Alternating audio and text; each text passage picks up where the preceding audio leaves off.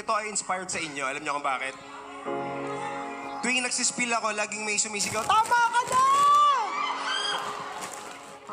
Ang sakit-sakit na!" Pwede mo isipan na ito ay para sa taong lagi ka lang sinasaktan at pagod ka na sa mga dahilan niya.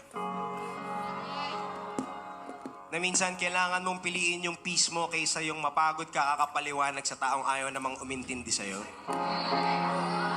Hindi lang lover or kaibigan yung kailangan nating sabihin ng tama ka na. Minsan, sa gabi pag mag-isa ka na lang, merong boses na nagsasabi sa'yo na hindi ka enough.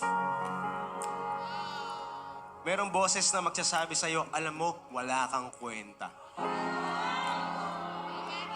Diba?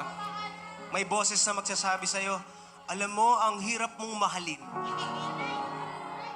Iniisip namin, para saan ba tong tama ka na?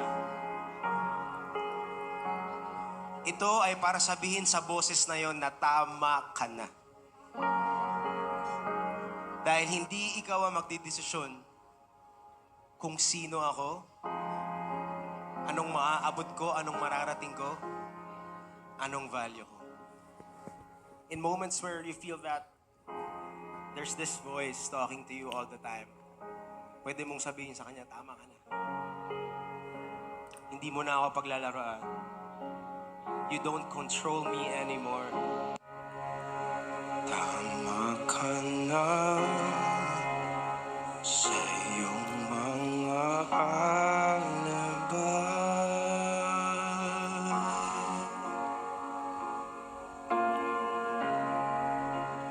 Kumupas na ang tiwala sa iyong salita.